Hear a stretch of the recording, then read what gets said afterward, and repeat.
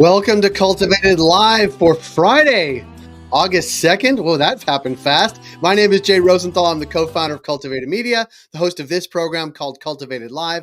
And since we launched last October, our goal has been to be cannabis industry first, providing you with the most important, insightful, useful, and timely information every single day. We do that through our daily newsletter at Cultivated Daily, which you can find at cultivated.news. We do that through this daily live stream called Cultivated Live. So we would love if you followed us on LinkedIn, subscribe to us on YouTube, but most importantly, get our newsletter in your inbox every single day. It's the best read in cannabis, I assure you. So cannabis.news, find it, know it, love it, and get it in your inbox every single morning. Today is a special Cultivated Live. We have sort of a two-parter because things are happening so fast. One, the first thing I'm going to do, I had a visit a few weeks ago during Cultivated Summer Roadtrip to Panacea, which is a MariMed dispensary in Quincy, Massachusetts. They were celebrating their opening for adult use, recreational cannabis in that location. So we wanted to stop in there. I was on site and I checked in with Ryan Crandall, who's the Chief Revenue Officer of MariMed. Then following that, I'll come back. But then I have a conversation teed up that I recorded earlier this week with Cy Scott, the CEO of Headset, about what he and his team dug deep into the comments on rescheduling that the DEA was receiving, 42,000 of them. He did not read every individual one of them, I assure you, but we'll run that conversation too. So up first, this is my visit to Ryan Crandall and the team at Panacea in Quincy, Massachusetts.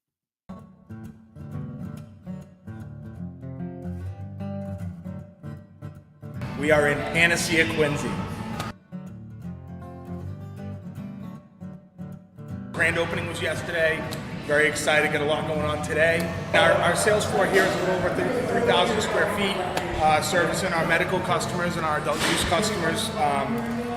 Great location, central in Quincy, right off the highway, right by Granite Links Golf Course. So very excited to service the people of Quincy. And you particularly have a deep history in this particular area. Yes. Does that give you a deeper connection, sort of what consumers are looking for, the type of people, your demographic, all those things? Absolutely, yeah. I mean, it's nostalgic for me. I mean, this is a new sales floor for us, but the old sales floor was literally my medical dispensary when this place opened. I lived in Quincy. So yeah, awesome and nostalgic for me, and very excited to bring this opportunity to the people of Quincy. Talk a little bit about sort of your history in cannabis, starting with Betty's Eddies until today. Yeah, I mean, I've been a cannabis user for a long time. It's helped me personally with ADHD and sleep issues. But yeah, I started Betty's Eddies with a group of other folks about 10 years ago now. Sold that company to MariMed, and we've been off to the races ever since. And it's been an exciting ride. It's not just about Betty's. Bubby's Baked, Vivations, Nature's Heritage, the flower. So we're very proud of the brands and the products we create. It's all about quality and pride, and excited to bring them. And talk a little bit about sort of the mix, you will, between sort of in-house brands and brands that are sort of other people you carry and shop. Sure. I mean, we pride ourselves at retail at MariMed across Panacea and Thrive locations on assortment. It's all about presenting the variety of products present in the market to our consumers. So it's not just about our products. Our products are very important in the assortment, but we want to bring to the consumer a value portfolio, a premium portfolio across all categories that they can consume. Yeah, and that's what consumers are looking for. Now that the industry is not new in Massachusetts, like, have you seen more informed consumers knowing exactly what they want, which probably helps provide them what they want, but also your ability to actually produce them in the right categories, right quantities, right branding, all of those things? Like, how do you apply what you've learned over the past years to sort of what you're doing now? Yeah, pay attention to the consumer. You can never not stop listening, right? We listen constantly. We're constantly talking to our consumers. What do they want? We're looking at retail data about our non-owned assortment, right? Our third-party assortment, seeing what's selling well. Why is it selling well? What are opportunities for us in our own portfolio? So we are students, we learn every day, and that's how you stay up with, presenting your consumer with the best options available. Yeah. Thinking about the arc of the Massachusetts market, like, where do you think the market is? Like, if it's not like in its early days, it's certainly not the most mature market, but somewhere in the middle. Yeah. Where do you think you still don't know about the market that you'll learn over the next sort of chunk of time? It's a great question. I think we learn, like I said, we learn every day, and regulations change every day. We're focused on delivery, right, as another option for consumers out of our retail, and we're seeing growth on the delivery side, so we know consumers want that. We know the medical products still sell well in the state. The adult use products sell well. So we're laser focused where our consumers need us to be. I assume consumers appreciate that, right? That's what keeps them coming back. It's sort of the assortment of what they know they want, but also being surprised and delighted. We were just talking about sort of chill with Betty's, the ice cream. Sure. Yeah, I think it's trust, right? It's ultimately, you've got to create brands, but then you've got to execute, and not just once. You've got to time and time again. And, people have long memories when they have a bad experience. So we're laser focused on presenting our customers with great product, but also great customer service when they potentially do have a negative experience or a questionable experience. So, it's all about our customers. It's all about our medical patients. It's all about them. And it's all about listening and creating the best products we can. Yeah, it strikes me as you were talking about that people not as familiar with the industry, say new regulators or regulators in general, like how challenging or the unique challenges of operating a business in cannabis, right? You just said 3 sentences, which included servicing patients, servicing consumers, building brands and products to service those brands, and retail environments. That's like 5 different businesses all in one, all with this overlay of like tight regulations in a place like Massachusetts, and delivery, right? A whole different logistics business. Like, how challenging is it to like add new lines of business or to hone the ones you're on, considering you're in like 3 or 4 lines of business? And what went through my head when you asked that question was, it's easy when you have a mission that's aligned to helping people, right? If our products and our brands help people every day, it's easy to create new products that continue to help people. There's a lot to it. It is 5 businesses in one. But when you have a mission above it all that says the mission is to help people, so we create a brand, we offer the brand through our retail, and ultimately, give a consumer something that they need and get them to come back. So it's a beautiful ecosystem if it's working well, right? And it's taken a long time to refine, and I think we've done a very good job of it, and we're proud of it, and we'll continue to do that. Yeah, and we were talking as before we sort of went on camera. I just think the brand assortment, like the Bubby's brownies, the ice cream, the Betty's, it has like a familiarity that people want to sort of attach to, and also sort of the products, like, and again back to the ice cream or the brownies or the saltwater taffy type things. Like, these are things that mean something to people outside of cannabis. So bring that into cannabis, it has a real strong connection. I'm not sure many products or markets are actually connecting those 2 things, I think. Oh, thank you. Yeah. We appreciate that. I mean, our R&D folks, our marketing folks, we're laser focused on the cannabis industry. We're also very aware of what's happening in non-cannabis consumer goods and organic food shops and GNCs and vitamin oil. I mean, the world's coming together, and paying attention to those places where things can come together, I think, is where we've had a lot of success. Yeah. Well, good luck as the days roll out here. We really appreciate you making time to see us today, and we're going to grab some ice cream, I think, on the way. Yeah. I mean, I know it's a little early in the morning for ice cream, but my mom told me it's never too early for ice cream. It's warm outside. You're good. It's July. It's really warm, right? In July, it's always ice cream. That's right. Great. Thanks for making time. Hell yeah, Jay. Thank you.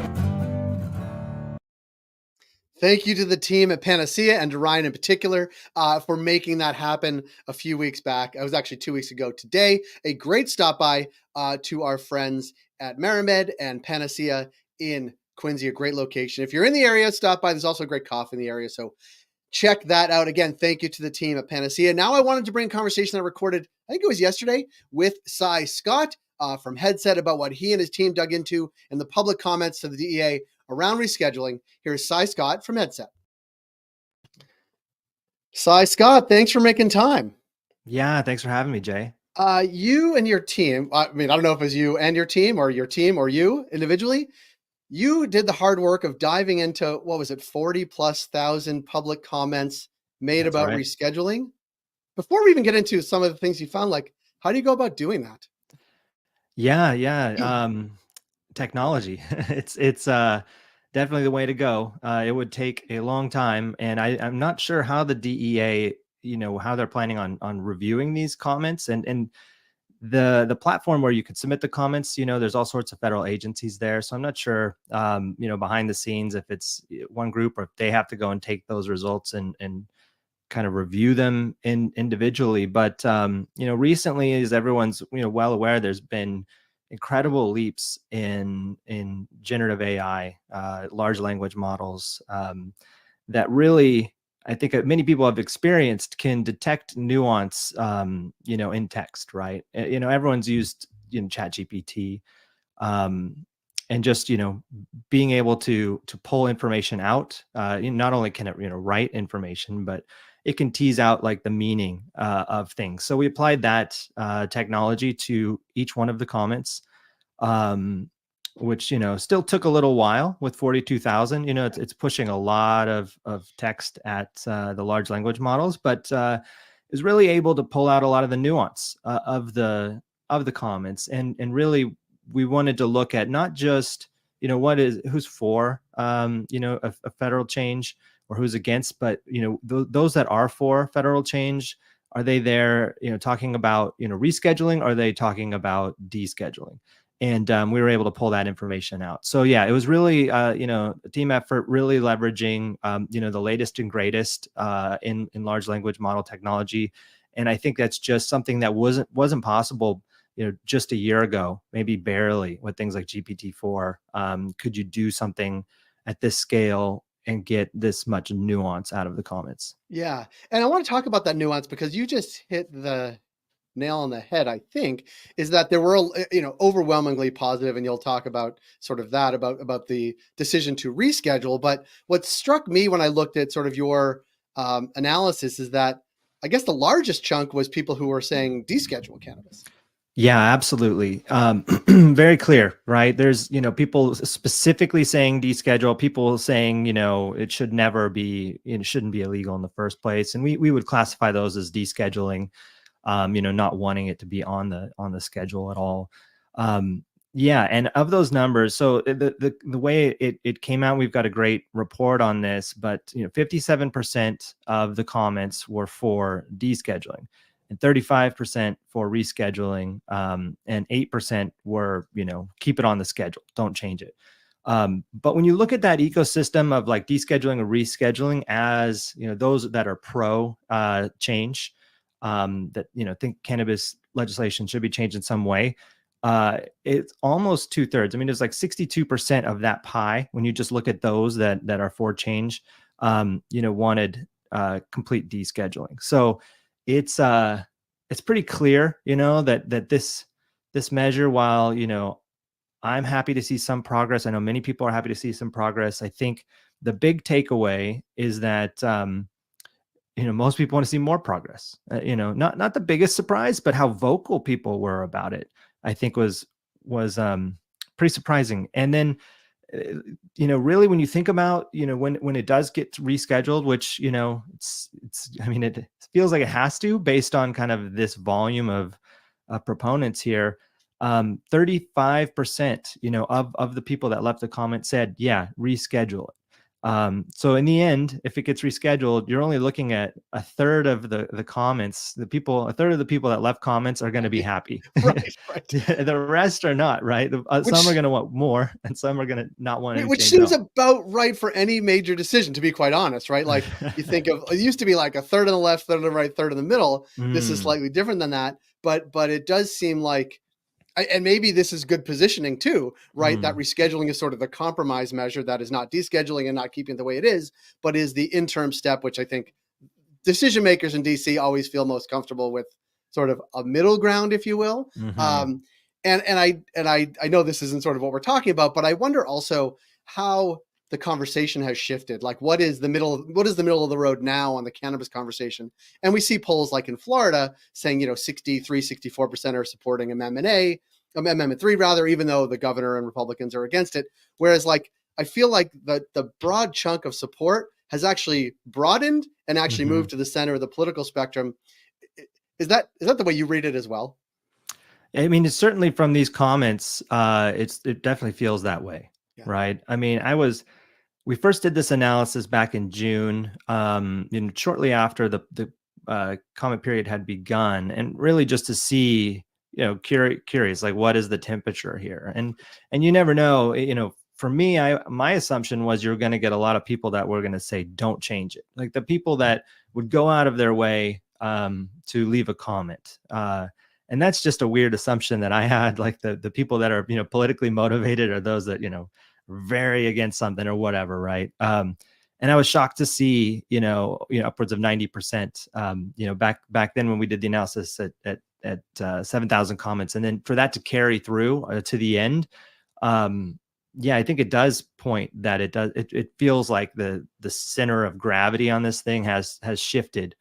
You can't chalk it up like 42,000, and so many are for some change that it's just kind of random, or like just the real, loud kind of proponents. I mean, it had a mix of everything. That was another thing we did with the data. We distilled down the comments. So as we classified kind of with, are they pro descheduling, rescheduling, or no change, we also had it just take that comment and distill it down almost to like a tweet length. Like, what is the core of this comment, and it was surprising to see so much variety, right? And I think that's another reason why you get so many people that are for it. I mean, there's, people that are coming from the position of, it's really helped them. People that are coming from the position that it's just, government overreach, particularly when it got scheduled. It's just a little bit of everything. So yeah, it's very rare to find something in this country people can kind of agree on, or those kind of numbers. And this seems like one of those topics. It does bring people together. I know, surprisingly. It really does. I actually want to get to that because you said you did your first round at this in June. Mm-hmm. And then we, in our newsletter, the day it was closing, there was like 30 something thousand. And then there was this huge influx at the end. And Mm-hmm. certainly, and I'm saying this in a positive way, there are a number of groups who actively sought people to respond to this. Yes. Right. And to me, I think it's that sort of grassroots activism that we sometimes either overlook or under peg. And I think this is a good jumping off point for more. Definitely.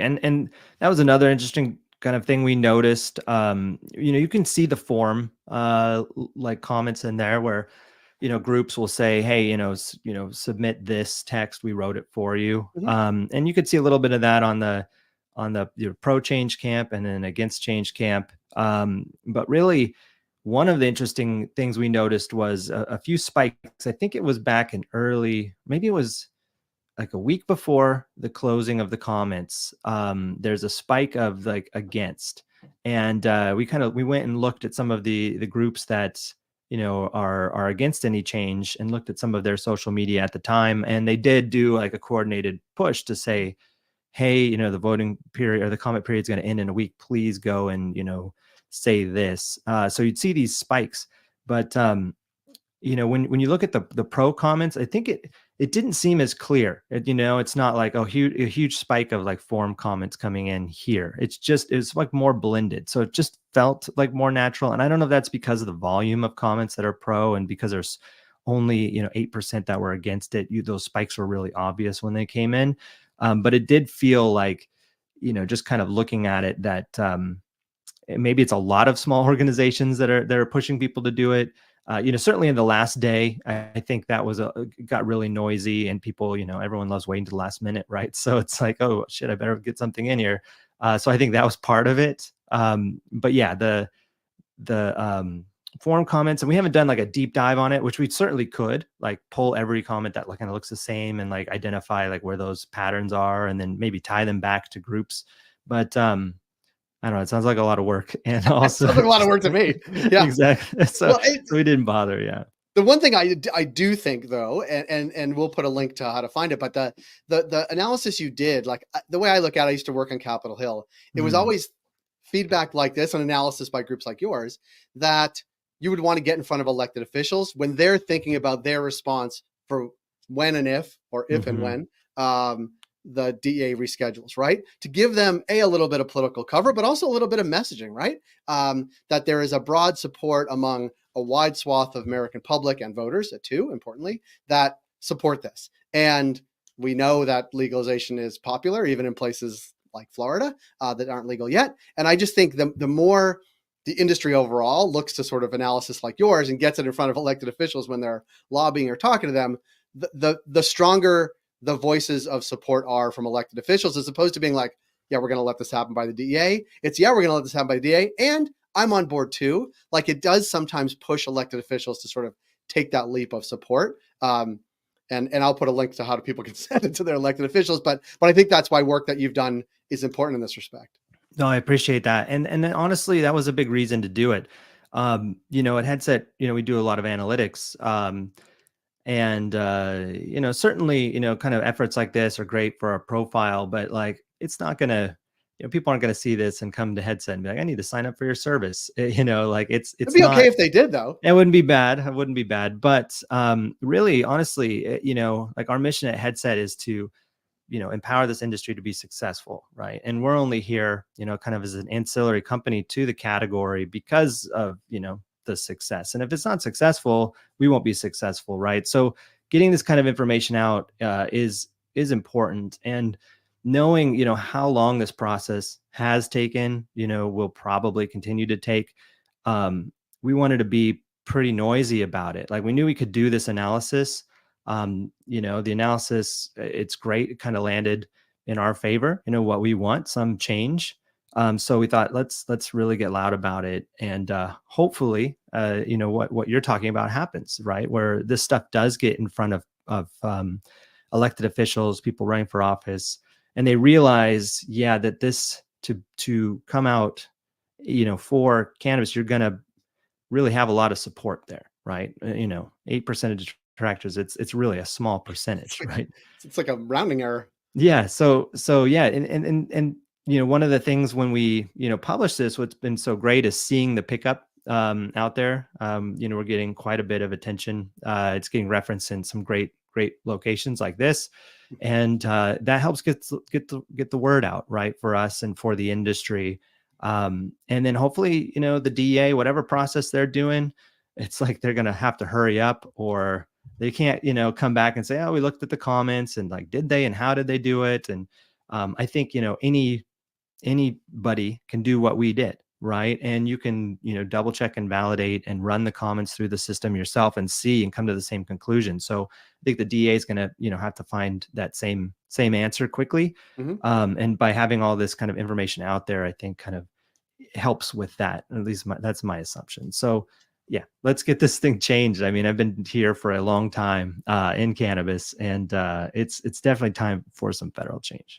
I agree with that, Cy. Thank you so much for making time. Thank you for the analysis that you and your team did on the comment period, and we'll talk to you soon. Sounds good. Thanks, Jay.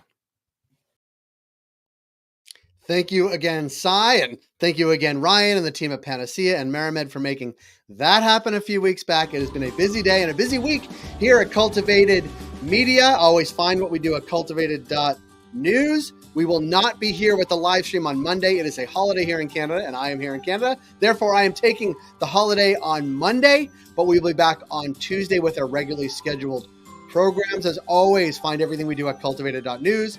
Follow us on LinkedIn, subscribe to us on YouTube. We look forward to seeing you next week. Have a good and safe weekend, everybody, and have a good weekend.